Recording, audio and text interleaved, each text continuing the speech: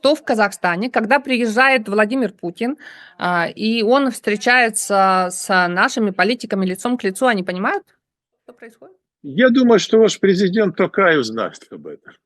Это вообще, ну, не особый секрет. Второе, ну, он человек вообще наблюдательный. Он не может не видеть различий между тем, с кем он общается сейчас, и с тем, с кем он общался когда-то. Это очень существенное различие.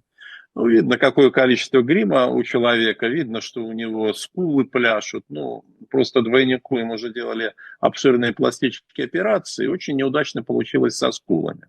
Там имплантаты стоят, которые, ну, неудачные, и они все время сдвигаются, их поправляют, гримируют, а потом, вы обратите внимание, какие вдруг появляются странные желваки на скулах, на щеках у так называемого президента Путина. Вот это вот то самое есть.